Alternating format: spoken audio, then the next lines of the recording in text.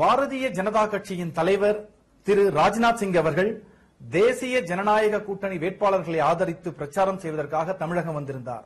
இடையறாத பணிகளுக்கிடையேயும் நேரம் ஒதுக்கி வேந்தர் டிவிக்காக அவர் அளித்த பிரத்யேக பேட்டி இதோ உங்களுக்காக. Sir, very good afternoon. I came to know that the vendor, a new channel has been initiated in Tamil Nadu state. I convey my best wishes for the success of this vendor new channel, and I hope this vendor channel will get success in develop the awareness among the common masses of this Tamil Nadu. Thank you, sir. So my first question to you, sir. You have been campaigning throughout the nation. What is the mood prevailing across the country? I think the people are in mood that Narendra Modi must be the Prime Minister of this country, and there is a wave throughout the country to form a new government, means when BJP-led NDA government, and the people of this country are fed up with the poor performance of the Congress-led UPA government, because this Congress-led UPA government was completely failure on economic front, internal and external security front, and also on diplomatic front.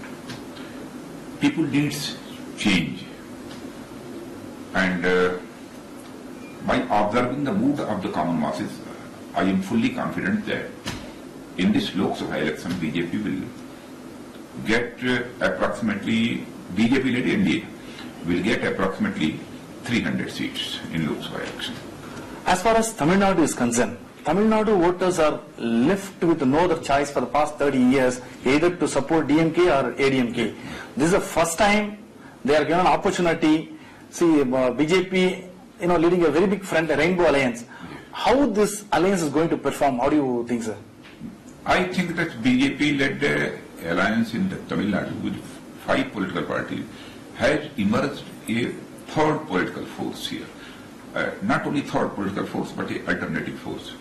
There is an alternative of the BJP-led NDA in Tamil Nadu state for the choice of the common masses of the Tamil Nadu state instead of DMK and AIDMK. Whether this alliance will continue for the assembly elections as well? I will do my best to continue this alliance after this Lok Sabha election also. Okay. Sir, so far DMK and the ADMK didn't attack BJP and Gujarat particularly.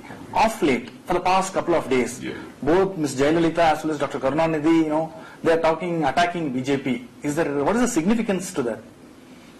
I think that all the political parties are very upset at this time.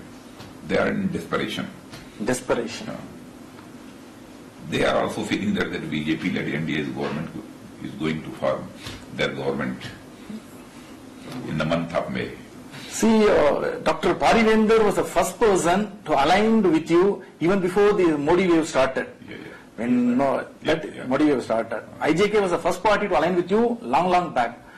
How do you see this?